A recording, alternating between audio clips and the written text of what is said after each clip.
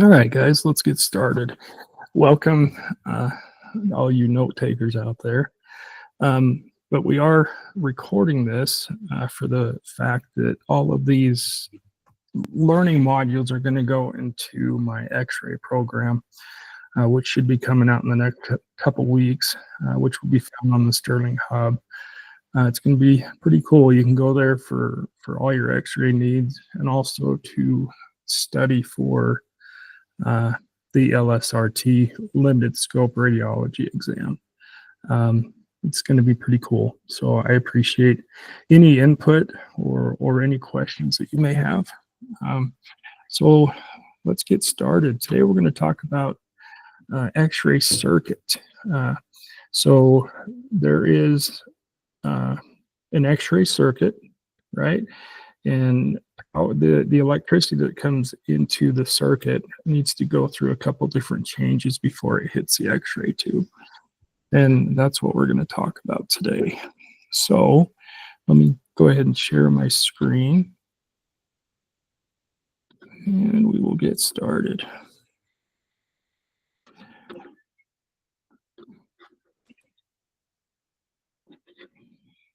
All right. So let's go on down here. We're going to review a little bit from a couple weeks ago. Sorry about last week. Just got really busy and wasn't able to put one of these out. So going forward, we'll probably have one more study group. We'll talk about a little bit of the formulas that you need to know for this test. And from then we'll switch gears a little bit and we'll start going into X-ray critiques, which is very helpful for anybody learning what you need to see on any given X-ray. And then the material will come out on the limited scope radiology program, where you guys can hop on there and go through these modules and take tests. And I want to make sure that everybody has the study guide that I've come up with, and it actually follows along with the modules. So if you do not have a study guide, please let your manager know, or you can let me know as well. Okay. So a couple weeks ago, we talked about technical factors, KVP and mass primarily. Okay. So we're just going to briefly go over those a little bit, and then we'll go on to X-ray circuit. So mass determines the total amount of photons produced and the total amount of photons that reach the image receptor. Okay. It's calculated by multiplying the tube current, or the MA, which we'll talk about a little bit today, and the exposure time. Okay, so you multiply those, and that'll give you your mass. Fortunately, our machines do that for us. It's good. It's something you need to know, though. Okay, so the effect that the mass has on the X-ray. The higher the mass will result in more X-ray photons reaching the image receptor, resulting in a brighter, denser image with less noise, less quantum model. Lower mass will result in a lighter image and may be prone to quantum model or noise or graininess if you underexpose an image. The impact on the patient dose, mass has everything to do with patient dose. So the higher the mass, the more X-ray photons that your patient is exposed to, thus raising the patient dose. So that's something we need to keep in mind. We want to shoot our X-rays efficiently and for the best quality that we can. But we also need to keep in mind the dose that our patient is getting. Okay. As the patient thickness increases, more radiation is absorbed, requiring an increase in mass to maintain an adequate exposure, thus giving the patient a little bit higher dose. Okay. As a rule of thumb, every 1.5 inches of thickness, mass can be doubled. Okay. Then we talked a little bit about KVP, kilovolt potential. This determines the energy and the penetration power of the X-ray beam, or the quality of the X-ray beam. That's something you need to know. Mass quantity, kVp quality, right? Or the maximum voltage applied to an X-ray tube during exposure. So the effect on the image, higher the kVp, the penetrating power of the X-ray beam, allowing it to pass through thicker body parts. Higher kVp will also reduce contrast. Make sure you know that, and making an image look less sharp. Okay, lower kVp reduces penetration, increases contrast, and makes the image look sharper or more contrasty. Lower kV will also increase the patient dose, just for the fact that when we lower our kVp, we're usually upping our mass. You know, in some occasions, you know, doing extremity work, our kVp is low, like 55 to 60 kVp, but our mass is pretty much set for our lower and upper extremities. So you're not giving your patient any more dose. The only time you're going to deal with that is when you're X-raying a bigger patient, and you are going to have to give them a bigger shot of mass, which is going to increase the patient dose.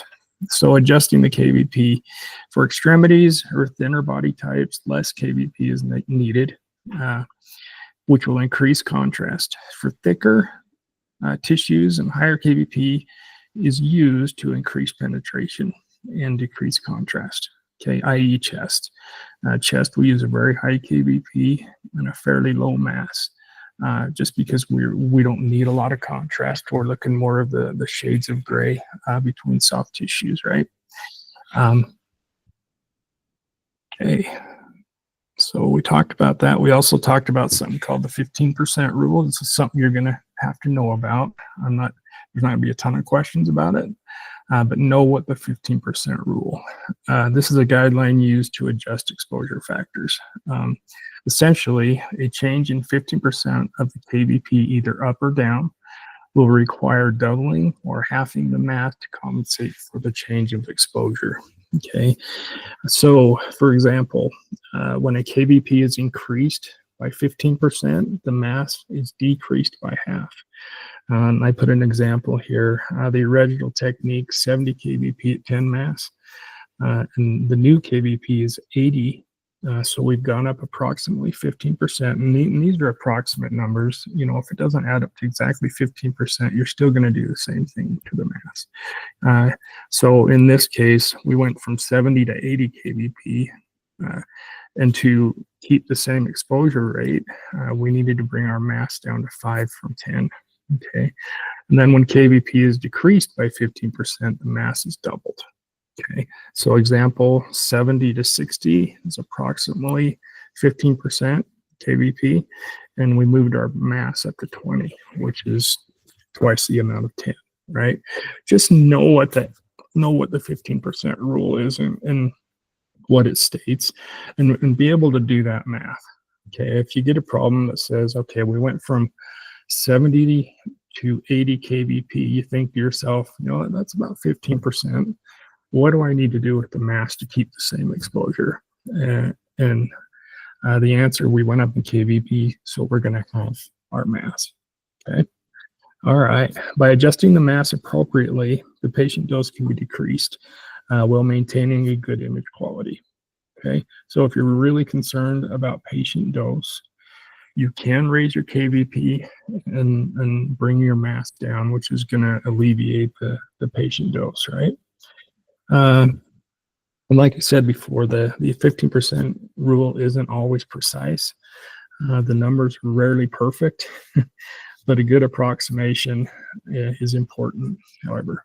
Okay, so that's just something that you need to know about. 15% rule. We also went over various different scenarios with patient size, being big or small, right? What do I do if I take my image and it comes out really, really dark? Like you can't pick out different body parts within your image. What do I do if it's too dark? A good rule of thumb is you're going to start by halving your mass. Okay, you're going to cut in half the amount of X-ray photons that you are releasing from your X-ray tube, and this is usually going to fix your problem. Sometimes you need to do more than half, triple or quadruple, but start with half. If your image is too dark, cut your mass in half. Okay. What do I do if the image is too light or very grainy? It looks like a sandy beach more than an X-ray.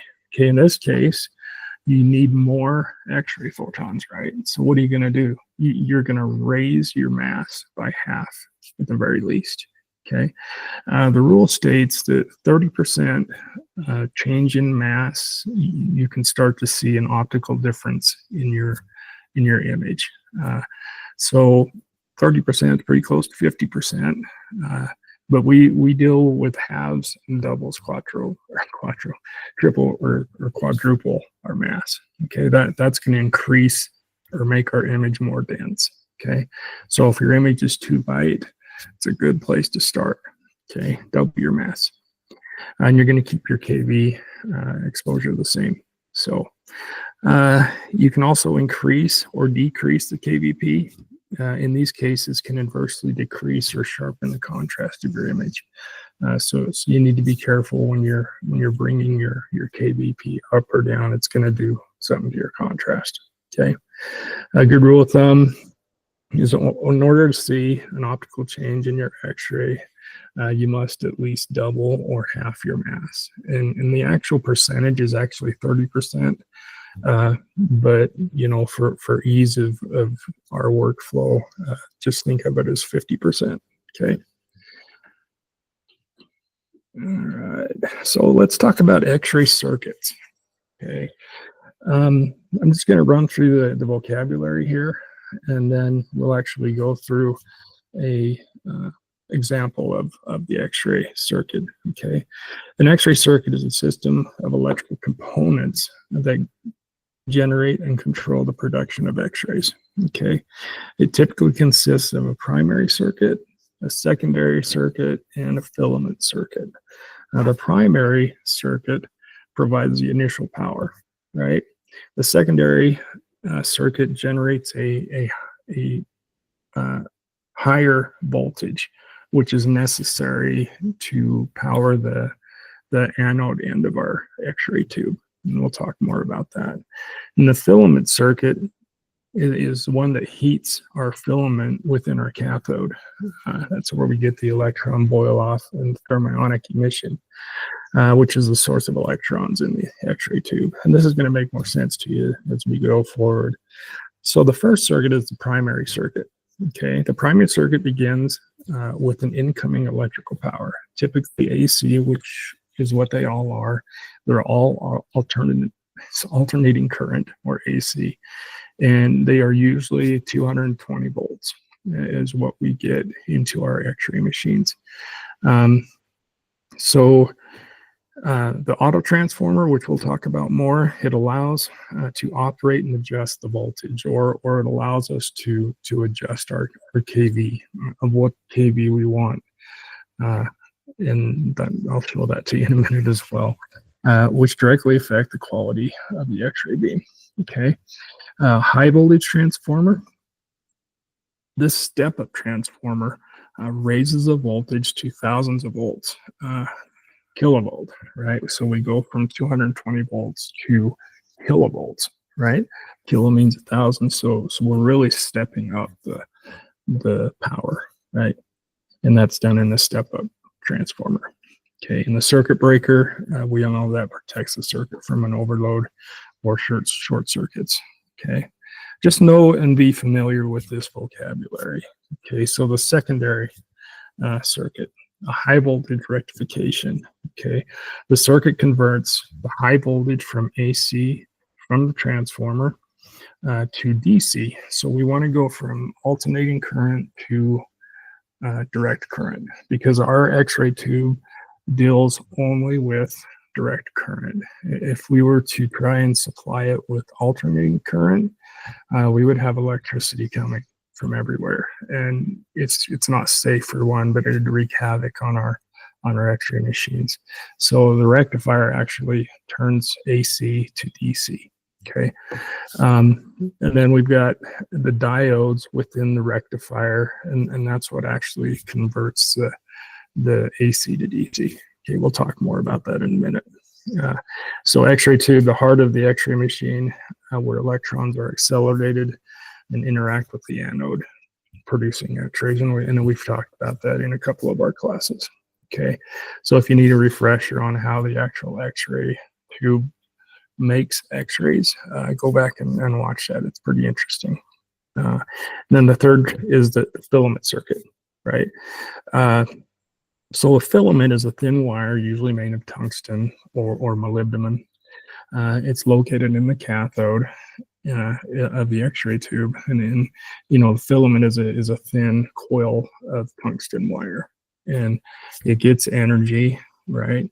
It gets a current of energy and heats up, and actually the process is called thermionic emission.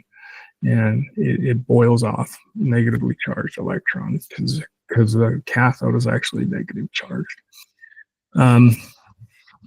Okay, this transformer, okay, so step down transformer. This transformer reduces the voltage to just a few volts. So it goes from 220 volts to about 8 to 10 volts. And that's all we need to power our filament. Okay. There's also a rheostat, which is found in the filament circuit. A variable resistor can control the current flowing through the filament, allowing the operator to adjust the number of electrons released and thus the quantity of the X-ray beam. So that's where your MA selector is actually found. It's called a rheostat, and it is found in the filament circuit. Okay, so let's look at our little drawing here, and I apologize. My penmanship isn't good. My drawing skills aren't good, but I do the best that I can. And down here on the bottom right, I realize that I misspelled devices, and I'm sorry. There should be a C instead of an S. Just know that I did pick that up. I just didn't change it. All right, so this is an X-ray circuit.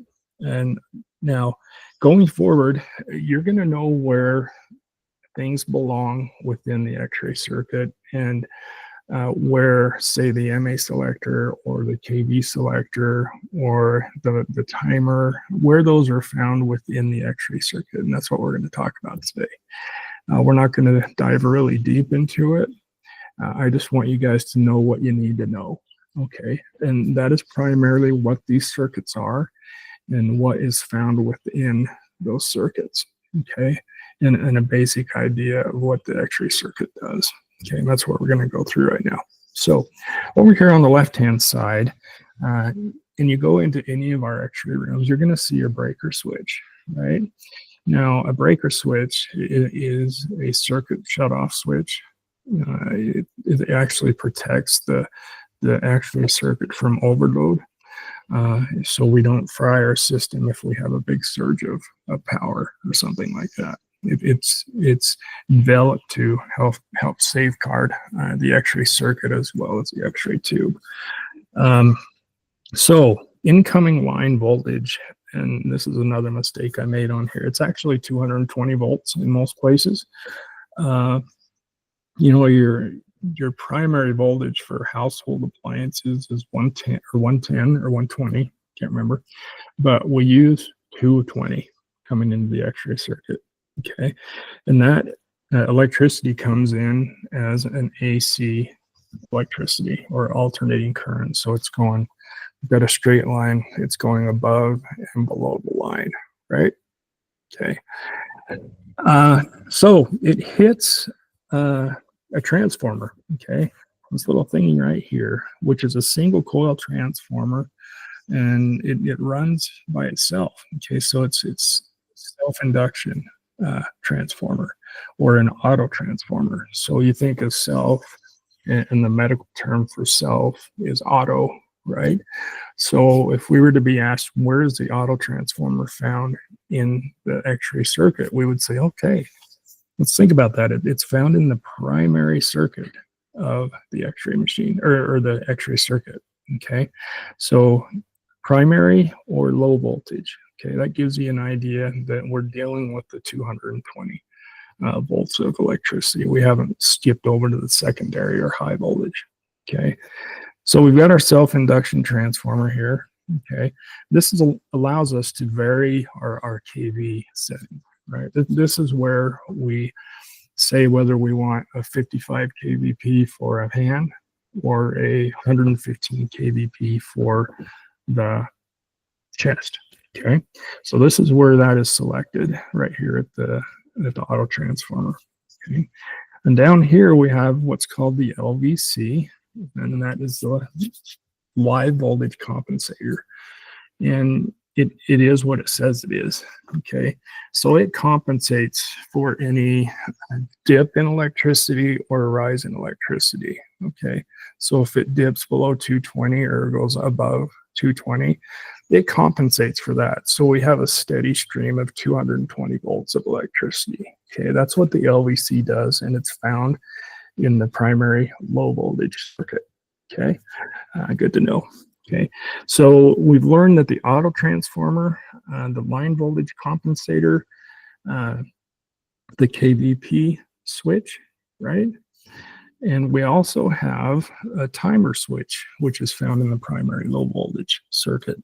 Okay, this allows us to determine the amount of time that we want our X-ray to produce X-rays. Okay, and remember that MA times time equals mass, right? So the time of that is right here in the primary circuit. Okay, that's where the timer is found. Okay, also in the primary circuit is found the exposure switch. Okay, so when we click our exposure switch, it actually starts the anode to turn in, right? And it's just starting the process. This isn't exposing our image or anything like that. It's just starting this whole process. So once we go through the primary, we've selected our KV, we've selected our backup time or our time. So the electricity heads over to the primary coil over here, which you can see right here in the middle of the screen. So that's a transformer. It's got a few coils because it is low voltage, right? Now it goes over here to the secondary coil. Okay, and you'll notice in my poor drawing here that there are more coils in the secondary circuit than there are in the primary circuit. And what happens, it's called mutual induction. These two coils work together. Okay, 220 or whatever our KVP we set comes over here and meets more coils. So what's going to happen? We're going to have a raise in electricity or volts, and we're actually turning that into kilovolts. So it's actually switched over to thousands of volts, and that's why it's called kilovolts, right? So you need to remember or know that that's where our mutual coils are found, because they work together. They go from a small amount of coils to a large amount of coils, and it's called a step-up generator, okay, or a step-up transformer. Okay, just know where that is and what it does. It increases our voltage to kilovolts. Okay, just a little tidbit of information. So when we increase our voltage, our current actually drops down. Okay, so it's inversely proportional. So if we increase our electric voltage, our X-ray current is actually going to go down, or vice versa, which we'll talk about in the filament circuit. We actually have a step-down transformer there that reduces our voltage from 220 to, like I said, 8 or 10 volts. Okay, so our current will actually be increased, and we'll talk about why here in a minute. Okay, so once it goes through this step-up transformer, it heads over here to what's called a rectifier. Okay, now a rectifier is where our AC current actually turns into DC current. Okay, and I have a little model over here on the right hand side. So this is our AC current, nice big waves, right? Goes through the rectifier, goes through 4 different diodes. and that actually rectifies our current and turns it into a DC current. Okay, so it's still a current, but much more streamlined and much more direct, like it says. And we've learned that our X-ray tube actually runs off of direct current. Okay, and that's something that you need to know. So if we ask where is the rectifier found in the X-ray circuit, it's found in the secondary circuit, right? Okay, that's something that's very important. So we're actually sending direct current in a large amount to the X-ray tube or to the anode side. So once it hits the anode side, it gives it the amount of electricity that we've said that it needs to be after it's passed through the step-up transformer and starts turning that induction motor, which turns the anode. Okay, so if we ask where the X-ray tube is found in the X-ray circuit, it's actually the secondary circuit. Okay. All right, so now we go down here to what's called as the low or the filament circuit. Okay, and when we talk about filament, in X-ray terms, we know that the filament is a small coil of wire within the X-ray tube that heats up and causes an electron cloud or thermionic emission. So just knowing that filament, we know where that's found. We know that where it's located now. It's actually located in the filament end of the circuit. Okay, so we have this squiggly line over here. It's actually called a rheostat or an MA selector, okay, or a variable resistor. It could be any one of those things. So rheostat kind of sounds like thermostat, right? So you can turn the thermostat up or down, right? Same thing with a rheostat in the circuitry. You can turn your mass or your MA setting up or down, right? Depending on how much MA you want. And it's going to be calculated with the time here and give you a mass setting, right? So once it goes through the rheostat and we've decided what we want our MA setting to be, it heads on over here to another transformer. Okay, so you'll note that this transformer is the primary transformer and it has lots of coils. Okay, now again, by mutual induction or that they work together, it slips on over to the transformer with less coils. Okay, thus reducing our voltage. So we're going from 220 volts down to 8 to 10 volts. Okay, it doesn't take a lot to run the filament of the X-ray machine. Okay, now depending on what we've set here for our MA setting, that determines the amount of X-ray photons that we're sending over here to the X-ray tube. Okay, now the more, so we went down in voltage, right? So our current's going to go up.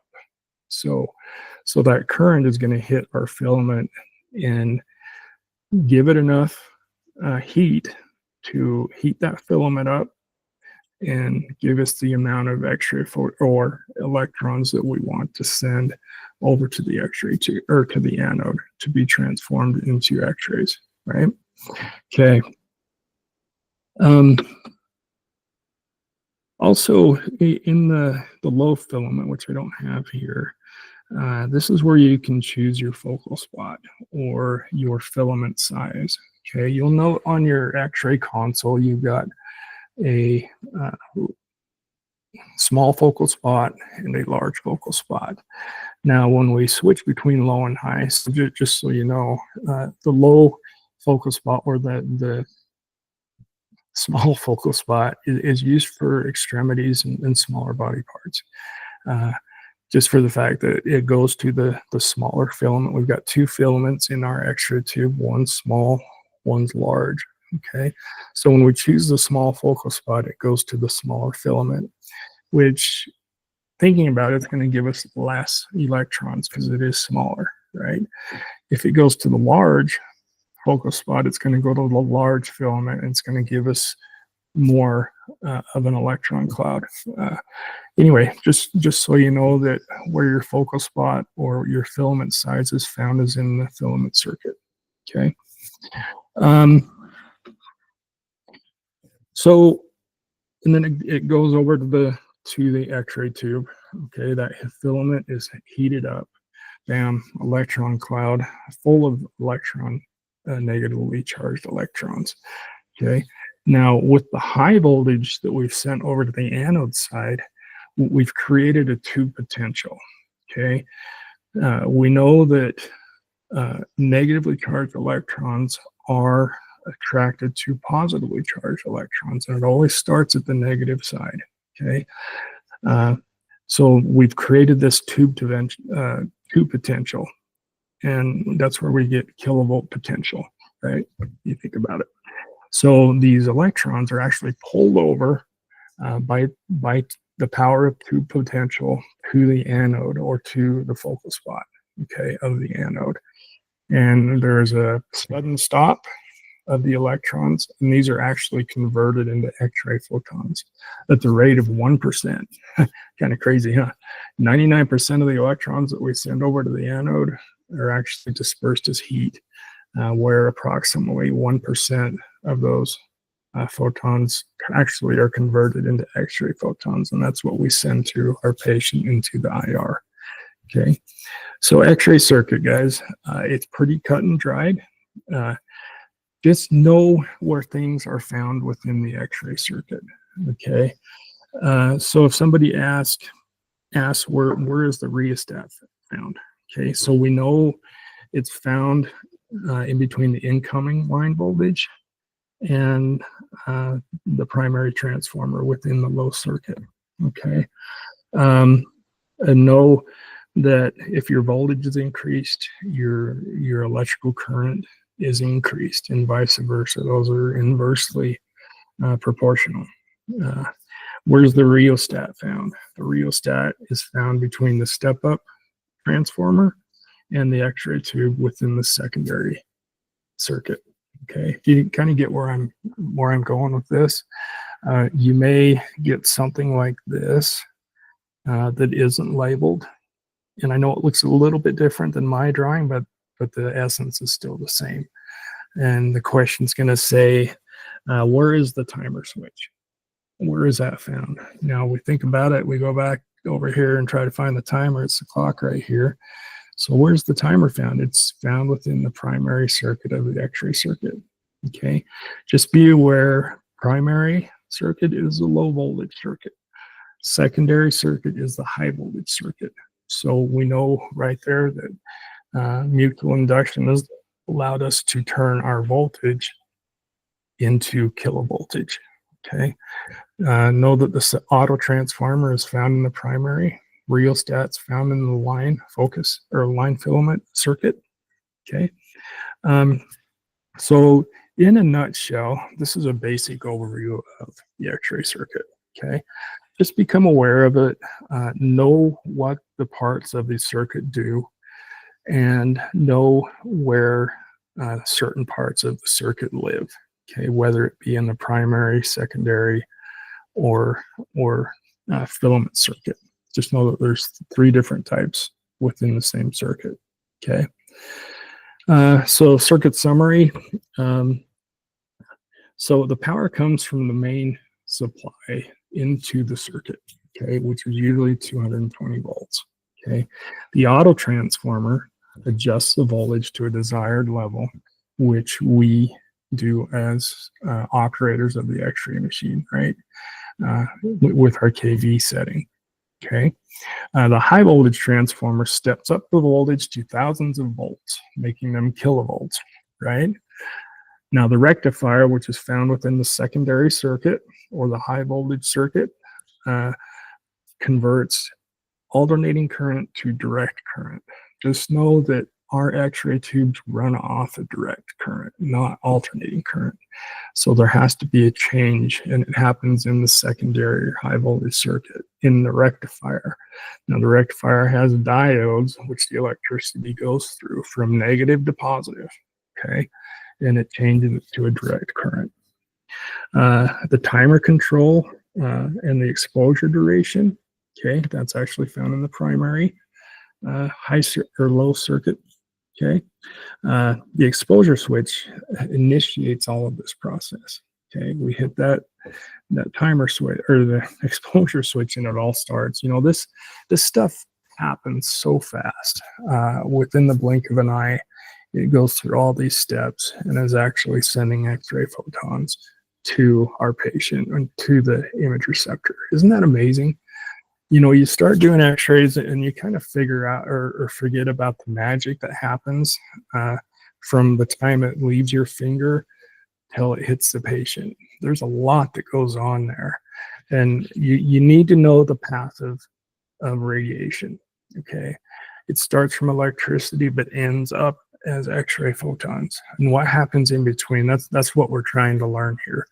Okay, the filament circuit heats the cathode filament, which we talked about, causing thermionic emission or an electron cloud.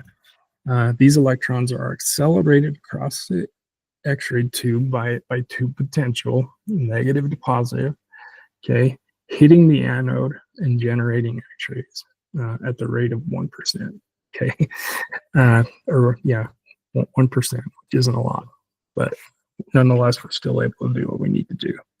The X-rays are directed towards the patient for the subject of imaging. That is a summary that basically says and talks about everything that we talked about.